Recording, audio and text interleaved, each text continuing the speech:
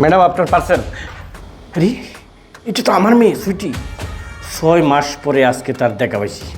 আজকে এর একটা হ্যাসনেস তো আমি করেই ছাড়বো। কি হলো, এভাবে কাম্বার মতন দাঁড়িয়ে আছেন কেন? পার্সেলটা দেন। আরে আপনি আমাকে এভাবে চড় মারলেন কেন? কি আশ্চর্য বিষয়, আপনি আমাকে এভাবে চড় মারতেছেন কেন? এই ডেলিভারি ম্যানের বাচ্চা, তুই আমাকে একের পর এক চড় মেরেই যাচ্ছিস। এই তোর সমস্যা কি? তোর হেলমেট খুল। হেলমেট খুল বলছি। তোর পরিচয় দে, আগে তোর আমি পরিচয় জানতে চাই। চুপ। এই শয়তানের বাচ্চা, তুই আমার হ্যামলেট খুলতে গেছিস না, আর আমার পরিচয় জানতে চাস? তুই যদি আমার পরিচয় জানস, তোর পায়ের নিচে মাটি থাকবে না, মাটি সরে যাবে। এই ডেলিভারি ম্যানের বাচ্চা, তুই কি বাঘ না ভাল্লুক যে তোর পরিচয় জানলে আমার পায়ের নিচের মাটি সরে যাবে? কি তুই আমাকে আবারও চড় মারলি? শুন, তুই আমাকে একের পর এক চড় মেরেই যাচ্ছিস। আজকে তোর একটা হেস্তা নেস্তা আমি করেই ছাড়বো। দাঁড়া, তুই এই জায়গায় তুই দাঁড়া। এই তুমি কোথায় গেলা? তাড়াতাড়ি আসো তো। ডাক, তোর কোন বাবাকে ডাকবি ডাক।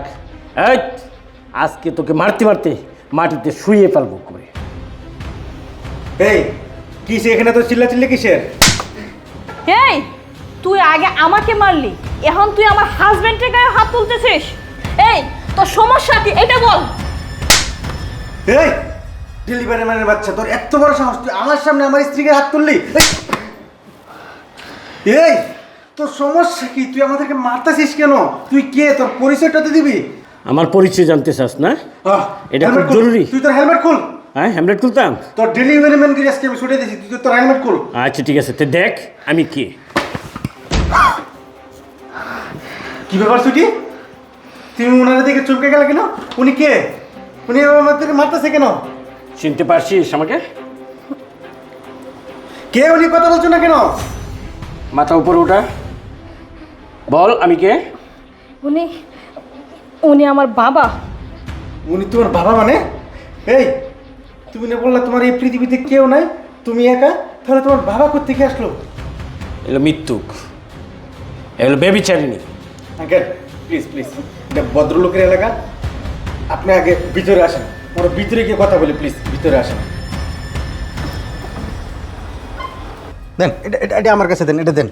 ব্যাগটা এখানে রেখে দেন। আসেন, বসেন তো বসেন। আচ্ছা আঙ্কেল, আপনি এখন আমাকে গল্পটা বলেন তো।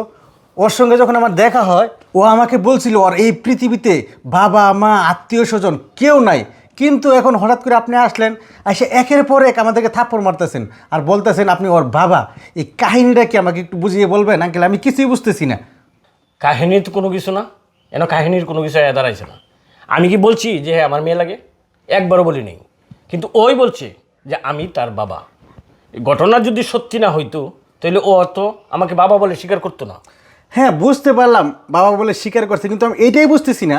ও আমাকে প্রথম বলছে ওর পৃথিবীতে কেউ নাই, কিন্তু এখন আপনাকে দেখে বলতেছে সে বাবা, কিন্তু আপনার বাবা বেঁচে থাকতে সে মিথ্যা কথা কেন বললো? এটা আমি আপনার মুখ থেকে শুনতে চাচ্ছি।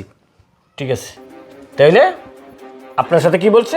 ওর পৃথিবীতে কেউ নাই, এটি তো? হ্যাঁ হ্যাঁ ঠিক আছে, পয়েন্টটা রাইখেন। ও হচ্ছে আমার মেয়ে। ওকে আমি বিয়ে দিয়েছিলাম এক প্রবাসী ছেলে কাছে।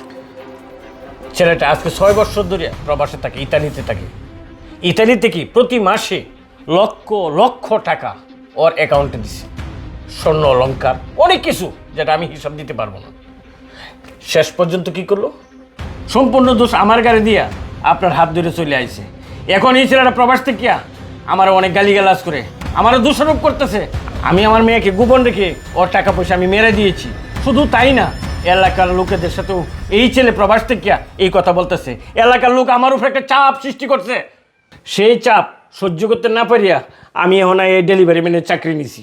এখন বাবা তুমি বলো, ওর অ্যাকাউন্টে যত টাকা ছিল, স্বর্ণ অলংকার, সব কিছু কি তোমার দিছে?